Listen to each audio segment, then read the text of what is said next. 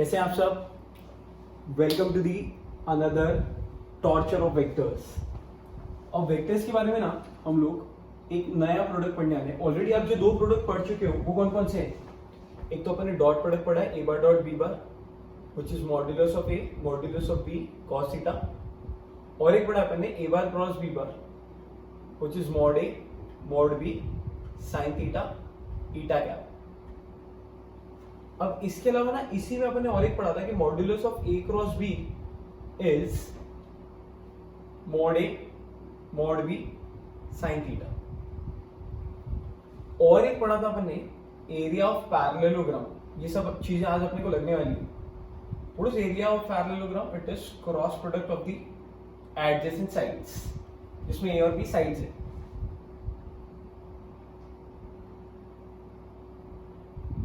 एक ए बार है और एक बी बार है, तो इनका एरिया निकालने का ये फॉर्मूला है। आई होप ये सब बातें तुम लोगों को पता है और अपने को एक्स्ट्रा क्वेश्चन लगेगा। स्टार्ट करते हैं। आज जो टॉपिक अपन करने वाले हैं जिसका नाम है स्केलर ट्रिपल प्रोडक्ट। अभी स्केलर ट्रिपल प्रोडक्ट का मतलब क्या होगा? इसका शॉर्ट फॉर्म भी है, कई बार इसको एसटीपी बोलते हैं। एसटीपी मतलब सबके इनिशियल्स निकाल लिए अपन, एसटीपी। या फिर इसका और एक नाम है which is called as box product. क्यू बॉक्स बोलते हैं ना, वो अभी आपको समझा दूंगा। इसको लिखने का तरीका है a bar dot b bar cross c bar, या फिर कई बार ना इसको ऐसा भी लिखते हैं box of a b c. Square bracket के अंदर थोड़ा थोड़ा स्पेस देखिए। इसको रीड करना वापस, a bar dot b bar cross c bar, और बी बार क्रॉस सी बार को ब्रैकेट में डाला हुआ है। सो इसका नाम ऐसा क्यों है स्केलर ट्रिपल प्रोडक्ट? ट्रिपल क्यों? क्योंकि तीन वेक्टर्स हैं और तीन वेक्टर्स का प्रोडक्ट हो रहा है, इसके लिए इसको बोला है ट्रिपल प्रोडक्ट।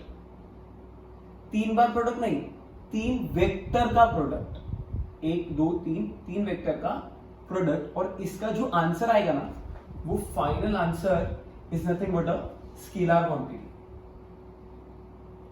इसके लिए इसका नाम है स्केलर ट्रिपल प्रोडक्ट। इसके बाद वाले लेक्चर में अपन और एक चीज पढ़ेंगे, वहां पे वेक्टर ट्रिपल प्रोडक्ट आएगा, तो उस टाइम पे वेक्टर क्वांटिटी वाला आंसर आएगा। अभी आपको स्केलर क्वांटिटी आ रही है। इसके अलावा इसको सॉल्व कैसे करते हैं?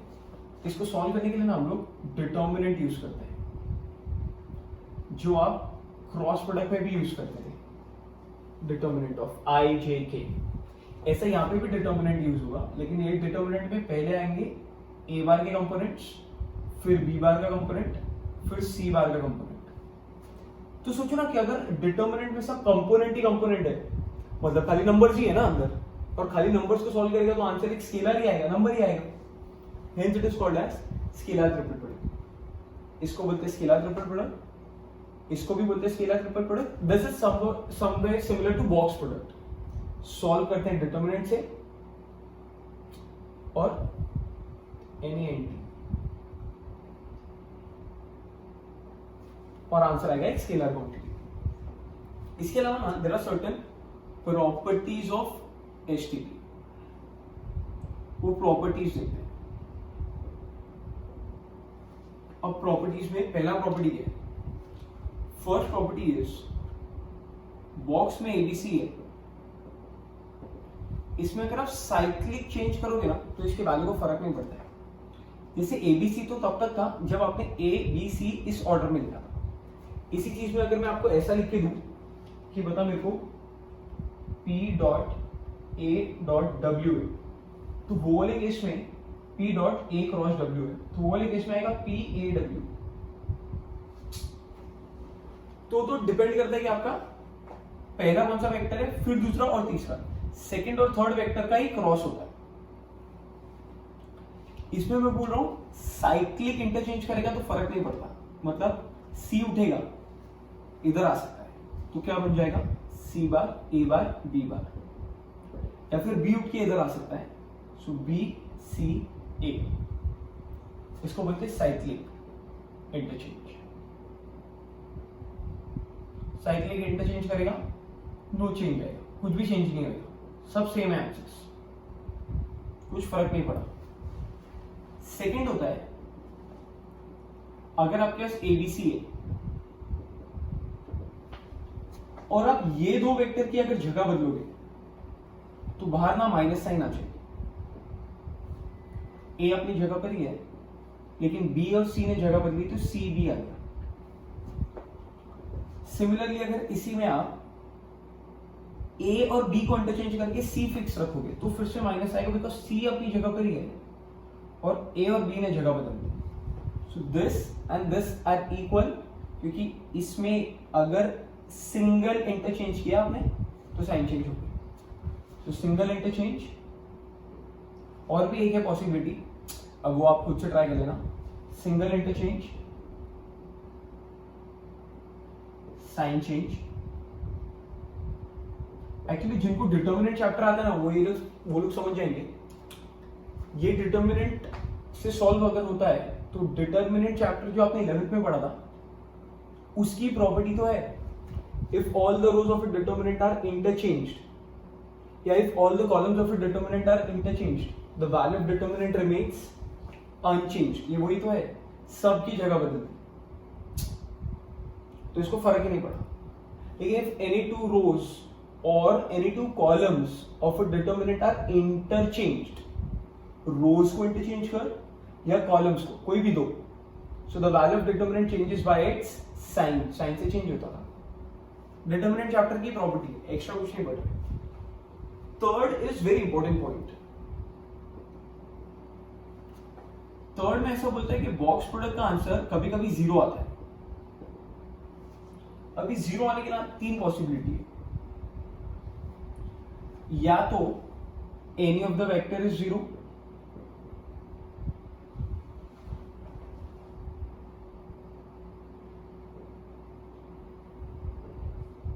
Any of the one vector is zero, कोई भी एक वेक्टर जीरो है, या फिर any two vectors are collinear, उस केस में भी जीरो हो जाएगा। And third is all three vectors are coplanar.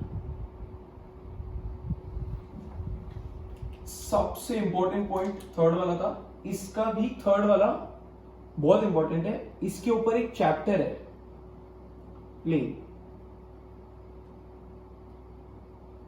इसी पॉइंट से बना है प्लेन चैप्टर, कि अगर तीन वेक्टर्स कोप्लेनर, अब कोप्लेनर का मतलब होता था सेम प्लेन, अगर तीन वेक्टर्स एक ही प्लेन में लाई करते हैं तो उन तीनों वेक्टर्स का बॉक्स प्रोडक्ट जीरो हो जाएगा। ये सब आपको क्लास में अगर पढ़ाएंगे ना, वापस रिवीजन लेक्चर में आप आओगे अगर, तो आपको ये सब वहां पे वेक्टर्स में इमेजिन भी करवा सकते हो। यहाँ पे वो चीज नहीं हो पाती है पॉसिबल, कई बार जितना होता है उतना मैं ट्राई कर देता हूँ, अब नहीं हो पा रहा है, सो आप तब तक के लिए रट लो। नेक्स्ट इज, या फिर आप इमेजिन भी करके देख सकते हो कि तीनों वेक्टर्स को एक ही प्लेन में रख देना और फिर इनका बॉक्स प्रोडक्ट लेने का ट्राई करना है इससे। नेक्स्ट इज फोर्थ वाला point, and fourth point is A dot B cross C is same as A cross B dot C। इससे इसको फर्क नहीं पड़ने वाला है, ये दोनों आंसर्स सेम ही रहने वाले। Fifth is very easy point, constants लात मार के बाहर। एक्चुअली कैसा है ना कि ये वाला जो पॉइंट है ना, वो मेरे ख्याल से डॉट प्रोडक्ट में भी आता है, क्रॉस प्रोडक्ट में भी आता है, इधर भी आता है। ये अगेन डिटर्मिनेंट की प्रॉपर्टी, डिटर्मिनेंट में अगर यहाँ पे 3 है तो आपको पता रहेगा यहाँ 2 है, तो शायद ये 3 यहां से बाहर आएगा, ये 2 यहां से बाहर आएगा और ये नंबर्स हट जाएंगे। मेट्राइसिस में ऐसा नहीं होता था। मेट्राइसिस में पहली चीज यहाँ पे स्क्वायर ब्रैकेट होता था बड़ा सा, और सबके पास रहेगा तो ही बाहर आता है। बट डिटर्मिनेंट में किसी एक रो के पास भी होगा तो भी बाहर आ जाएगा। ऐसे 3 ऊपर से आ गया, 2 बीच में से आ गया।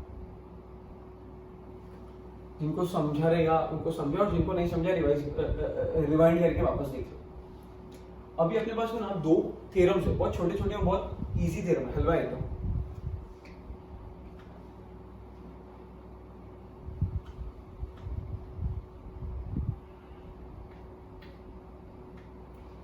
जिसमें से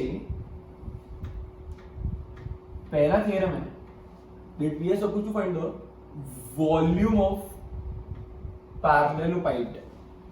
Now what is parallelopiped? Parallelogram तो पता है कि ये पैरेललोग्राम है, लेकिन पैरेललोपाइड कैसा रहता है? इसी में अगर अपन ऐसा बना देंगे फिगर, तो ये जो बॉक्स वाला फिगर बनेगा इसी को बोलते हैं अपन पैरेललोपाइड, और इसका वॉल्यूम फाइंड करना है। So theorem is something like this, volume of parallelepiped, parallelepiped को मैं ऐसे लिख रहा हूं, volume of parallelepiped is box product, या फिर वॉल्यूम ऑफ पैरेललोपाइड इज, ऐसा नहीं लिख के ये लिखते हैं, ये अपने लिए इजी होगा। आपको पता है ना ये और बॉक्स सेम ही चीज है, अभी पढ़ा था अपन ने, देखते हैं। तो पहले पैरेललोपाइड ड्रॉ कर लेते हैं।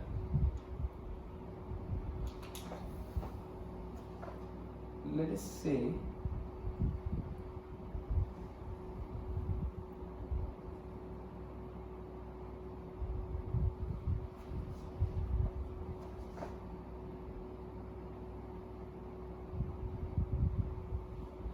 कि ऐसा कुछ तो एक पैरेललोपाइड है अपने पास,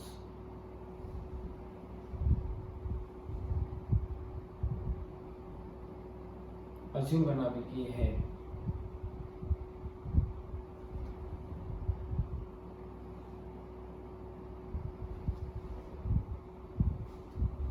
okay, so let us say this is O, this point is A, this point is C and this point is B. intentionally ऐसे लिए मैंने अपने को इजी समझने के लिए। ये वाला पॉइंट, इन चारों पॉइंट्स की जो बचे इनकी कोई जरूरत नहीं है, बट फिर भी डिनोट कर दो O dash, A dash, C dash और B डैश। B से कनेक्टेड है B डैश, C से कनेक्टेड है C डैश, A से कनेक्टेड है A डैश, और O के एग्जैक्ट सामने ऑपोजिट में O डैश। अब देखो अपना इसका वॉल्यूम फाइंड करना है, इसका volume is nothing but the box product. अब O अगर ओरिजिन है तो O से लेके B तक का जो वेक्टर होगा वो B बार होगा, OB bar can be written as B bar minus O bar, but O तो ओरिजिन है जिसको आप इग्नोर भी करोगे तो खाली B बार ही बचेगा ना। So OB bar is equal to B bar. Similarly, OC bar is C bar and OA bar is A bar. अब वॉल्यूम ऑफ पैरेललोपाइड का ये फॉर्मूला तो नहीं पता, लेकिन वॉल्यूम कोई भी फिगर का फाइंड करने के लिए स्कूल में फॉर्मूला था मेंसुरेशन में। वॉल्यूम फाइंड करने के लिए क्या करना पड़ेगा? Area of base into height करना पड़ेगा। बेस से पूरा एरिया, हाइट तो वही बेस धीरे धीरे चढ़ते जाएगा ऊपर और पूरी हाइट से मल्टीप्लाई करके वॉल्यूम दे देगा। अब एक्चुअली में अगर आप ध्यान से देखो तो बेस में कौन सा फिगर है? बेस मतलब ये वाला फिगर, ये जो फिगर है ये तो मेरे ख्याल से एक पैरेललोग्राम ही है ना। सो मैं ऐसा लिखूं, volume of parallelepiped is nothing but area of base parallelogram into height. अब मेरे को बताओ कि पैरेललोग्राम का एरिया कैसे निकालते हैं? पैरेललोग्राम का एरिया निकालने के लिए एडजेसेंट साइड्स का क्रॉस प्रोडक्ट का मैग्नीट्यूड। तो कौन कौन सी एडजेसेंट साइड्स? बी एंड सी।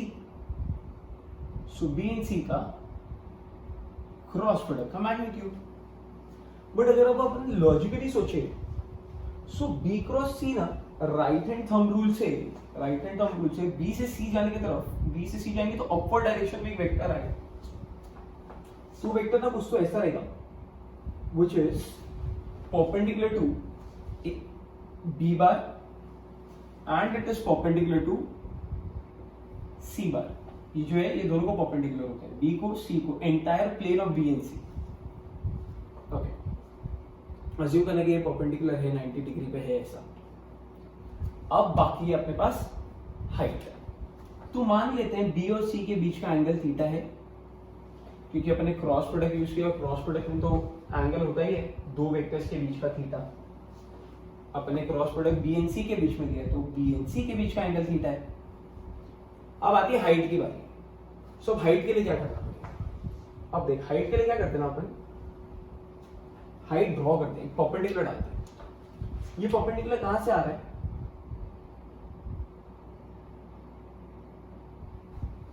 ए से आया है,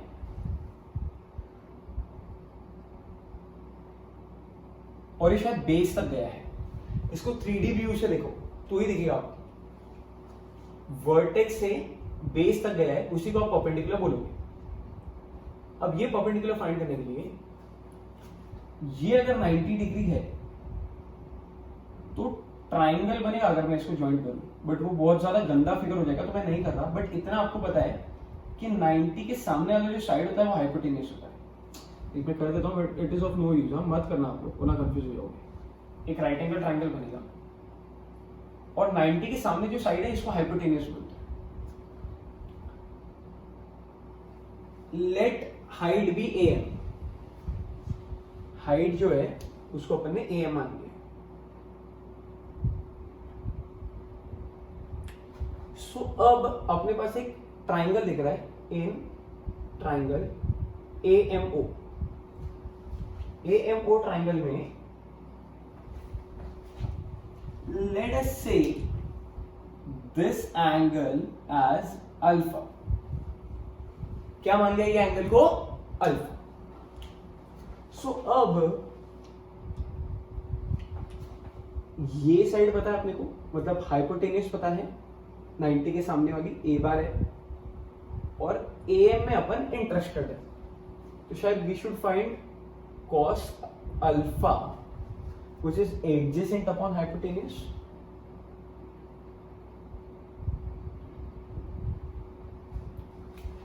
ए बार तो वेक्टर है, इसके लिए अपन थोड़ी वेक्टर में इंटरेस्टेड है, अपन तो cos अल्फा फाइंड कर रहे हैं, मैग्नीट्यूड में इंटरेस्टेड है। सो यहां से AM का वैल्यू आ रहा है modulus of A into cos alpha, और ये AM का एक्चुअल मतलब है हाइट। ये हाइट ले आके इस तरफ छोड़ देते हैं, इसको दे देते हैं ये हाइट। सो क्या बन जाएगा? ये क्रॉस नहीं है, area of base into N2। अरे यार कंफ्यूज मत होना, into modulus of A cos alpha. इसको ध्यान से देखना, ये शायद रीअरेंज करने पे ऐसा लिखा जा सकता है,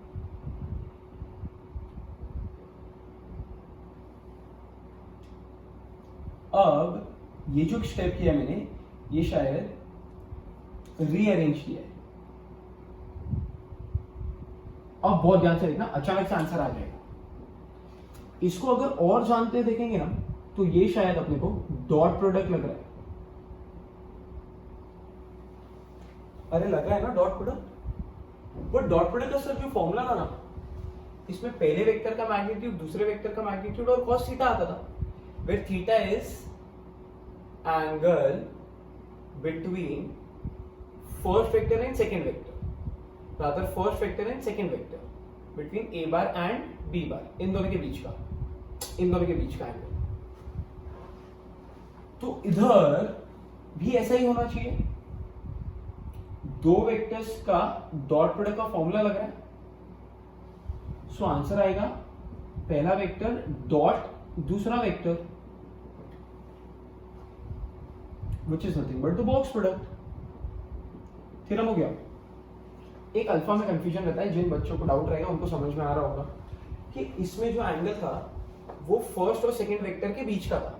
फर्स्ट एंड सेकंड वेक्टर के बीच का एंगल को थीटा बोलते हैं। सो इधर भी फर्स्ट मतलब ए बार और सेकंड मतलब बी क्रॉस सी के बीच में अल्फा होना चाहिए ना सर, तो है ना बेटा, ये ए बार है, ये बी क्रॉस सी है, a bar A bar and B cross सी जो ऊपर की तरफ जा रहा है, इन दोनों के बीच का ये एंगल तो अल्फा है, ये अल्फा तो ये भी अल्फा ना, ये दोनों अगर पैरेलल है तो ये दोनों एडजेसेंट एंगल्स होते थे ना स्कूल में था, तो ये एंगल अल्फा हो गया, जिससे ये प्रूफ भी हो गया। वापस देख ले, बहुत हल्का है और ये एग्जाम में आता है थ्योरम, 4 मार्क के लिए 3 मार्क के लिए। देख, what is volume of parallelepiped box product we are supposed to prove, so we constructed a parallelepiped जिसमें ये B, ये C और ये वाला B cross C, right hand thumb rule, ये A इसको ओरिजिन माना है। Volume of parallelepiped is area of base which is a parallelogram, parallelepiped के अंदर parallelogram है और हाइट चाहिए। पैरेललोग्राम बहुत इजी है, एडजेसेंट साइड्स का क्रॉस प्रोडक्ट का मैग्नीट्यूड लेना होता है। हाइट नहीं थी तो अपन ने हाइट कंस्ट्रक्ट किया, राइट एंगल ट्राइंगल बनाया और हाइट निकाल दिया, हाइट लाके इधर छोड़ भी दिया। छोड़ने के बाद रीअरेंज करते ही डॉट प्रोडक्ट का फॉर्मूला दिख गया, तो डॉट प्रोडक्ट के फॉर्म में लिख दिया, और डॉट प्रोडक्ट के फॉर्म का ही मतलब होता है box product, which implies that volume of parallelepiped is equal to box product। I hope ये समझ में आया। ऐसे ही एग्जैक्टली और एक थ्योरम भी है अपने पास, और वो सेकंड वाला थ्योरम देखते हैं, दैट इज वो सेकंड थ्योरम जो है वो वॉल्यूम ऑफ टेट्राहेड्रन पे। Now what is tetrahedron? यही फिगर रखते हैं, अगर आप समझ पाओगे। चल छोड़ो, नया बनाते हैं।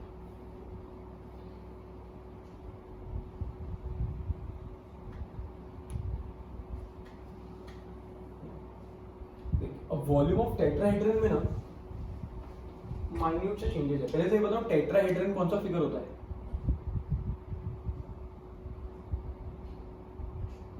ये पहले भी आपको पढ़ा है, टेट्राहेड्रन के सेंट्रॉइड के टर्म्स किए हैं अपने। टेट्राहेड्रन का बेस्ट एग्जांपल इज प्रिज्म।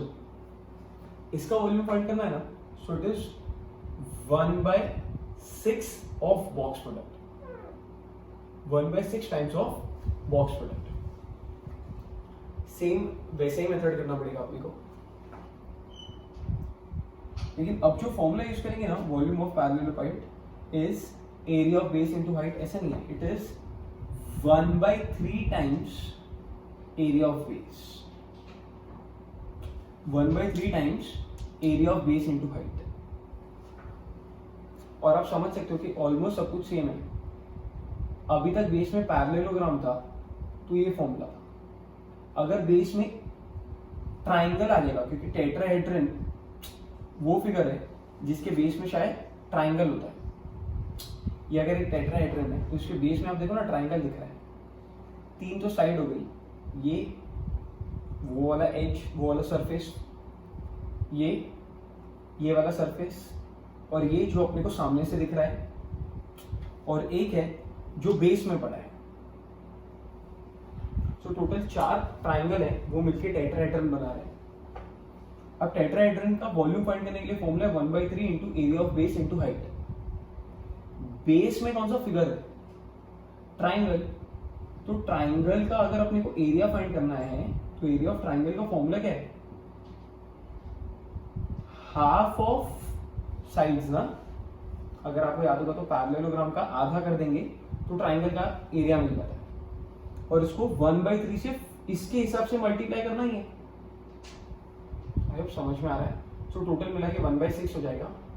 और भी अगर डाउट है सो गवर्नमेंट टेक्स्ट बुक में इसका प्रूफ दिया है।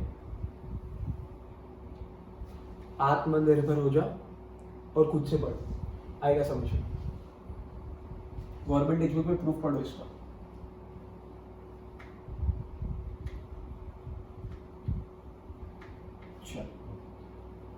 So what is next? Next we have is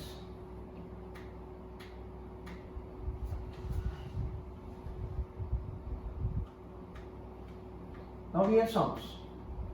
3-4 सम देखते हैं। आजकल एक छोटा ही करने का ट्राई करते हैं, तो लास्ट वीक तो बहुत बड़ा हो गया था।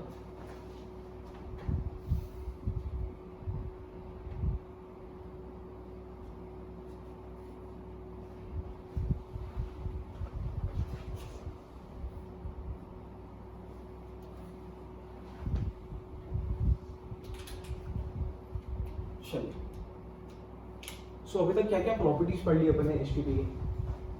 पहला तो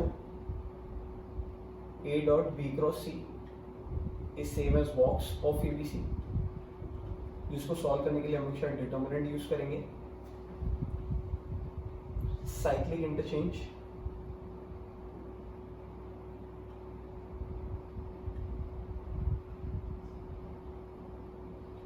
नो चेंज, कुछ फर्क नहीं पड़ता, पहला। सेकेंड, सिंगल इंटरचेंज से साइन में फर्क पड़ता है। What is the third property? Third property was, third property was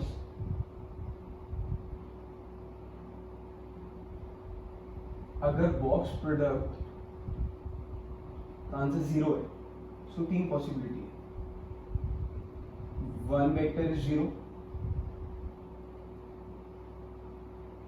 second is 2 vectors are collinear,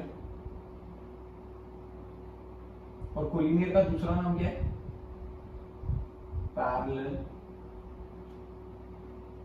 and third is 3 vectors are coplanar. ऐसा ही है ना। इसके बाद में कॉन्स्टेंट्स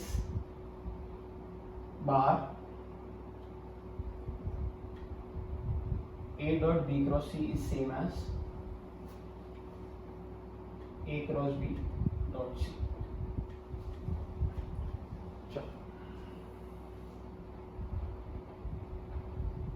अब वॉल्यूम ऑफ, वो भी लिखते हैं, volume of parallelepiped box product, volume of tetrahedron is 1/6 of box product. Let us start with the exercise. Exercise 5.5, last exercise of the chapter.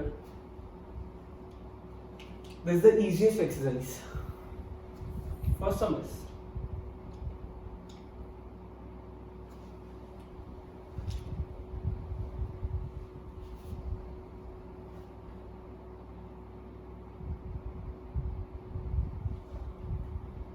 find A bar dot B bar cross C bar if A bar is 3i minus j plus 4k, B bar is 2i plus 3j minus k, C bar is minus 5i plus 2j plus 3k। तो हलवा है ना। अगर आपको A dot B cross C find करना है, तो आप क्या करोगे? डिटर्मिनेंट से सॉल्व करोगे। पहले A के कंपोनेंट्स, फिर B के कंपोनेंट्स, फिर C के कंपोनेंट्स, सॉल्व कर लो, आंसर आ जाएगा। इसके अलावा और एक मेथड है जो बहुत लेंदी है, वो मेथड के हिसाब से ना पहले B क्रॉस C फाइंड करेंगे। How can we find B cross C? B cross C find करने के लिए शायद अपने को डिटर्मिनेंट यूज करना पड़ेगा, है ना। पहले I, J, K, फिर B, फिर C। इसका जो भी आंसर आएगा उसका और A का, इसका और इसका डॉट प्रोडक्ट लेना पड़ेगा, मतलब 6 कमरे बनाने पड़ेंगे, और इससे जो आंसर आएगा वो आंसर डायरेक्टली डिटर्मिनेंट से आ जाता है। सो क्यों इतना ज्यादा मेहनत करने का, जब इज्जत से ये शॉर्टकट तरीके से आउटकम आ जाता है तो, है ना। अरे और कहीं पे मेहनत करेंगे ना, इधर तो फटाफट खत्म कर देते हैं। चलो, what is next? Second is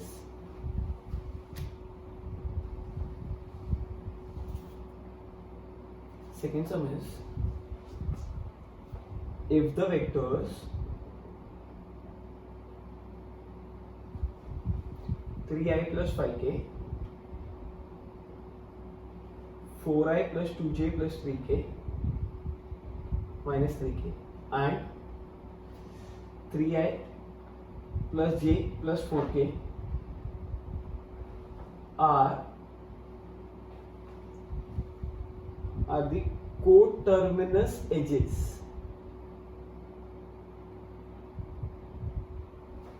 of parallelepiped. Find the volume. Find volume of parallelepiped. Easy है, कुछ लोग को तो आ भी गया, वो तो वीडियो आगे भी भगा लो. बट द थिंग इज करना कैसे है.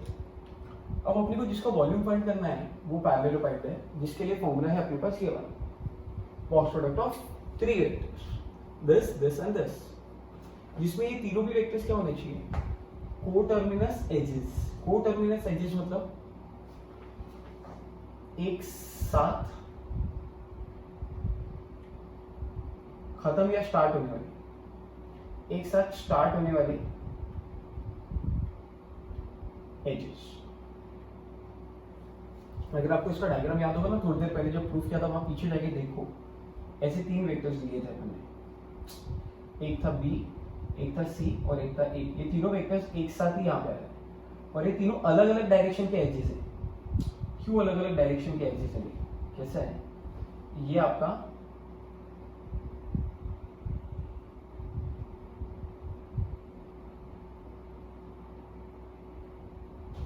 पैरेललोपाइड. सो बी बार ना इसके साथ साथ ऐसी वाली सब साइड्स लेके आ गया आपके साथ, ए बार ये वाले सब लेके आ गया और सी बार बचे हुए ऐसे 4 लेके आ गया.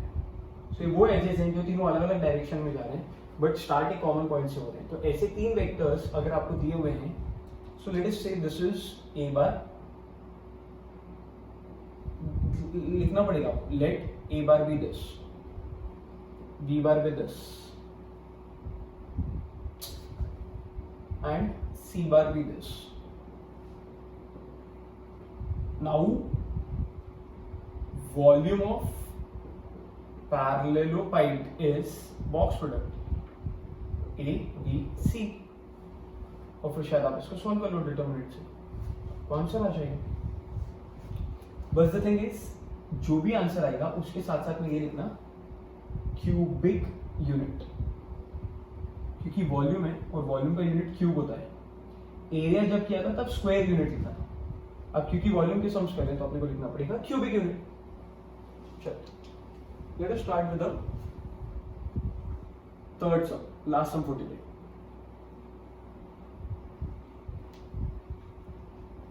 Now what is third some?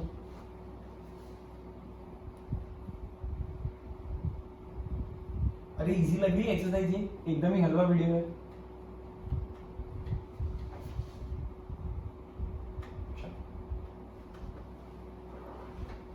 So the third sum is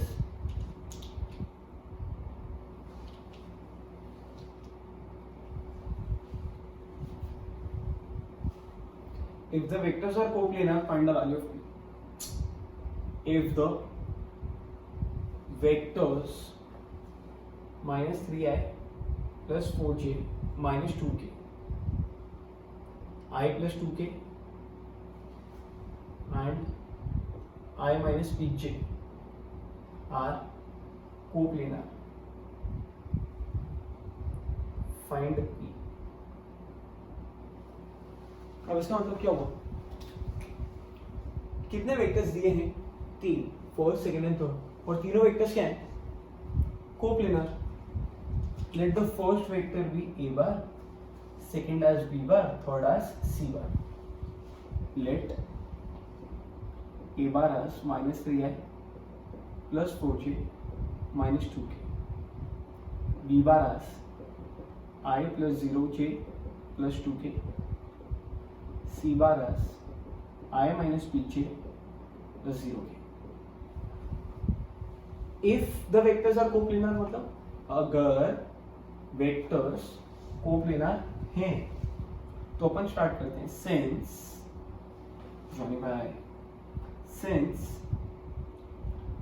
vectors are coplanar therefore HTP या फिर बॉक्स प्रोडक्ट इज, देखो ये रहा कंडीशन, मैंने आपको बोला था थर्ड पॉइंट बहुत ज्यादा इंपॉर्टेंट है।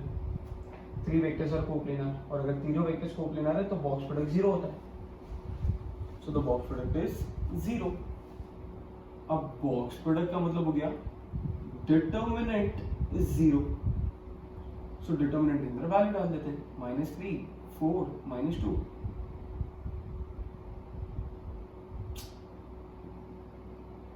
One 0 2 1 -b 0। सॉल्व करते हैं इसको, आपको p का वैल्यू मिल जाएगा। बोलो -3 into 2p -4 into -2 -2 into -p is equal to 0।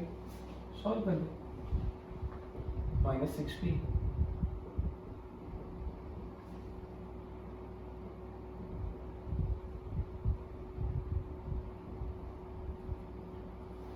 That's it for today. आज के लिए इतना ही रखते हैं। सारे फॉर्मूलेस पढ़ ले, रिवाइज कर ले। थर्ड वाला पॉइंट बहुत ज़्यादा अच्छे से पढ़ लेना। ये सारे सब बाकी के प्रॉपर्टीज वगैरह सब कुछ नेक्स्ट लेक्चर में डिस्कस करते हैं। Till then bye bye, stay safe.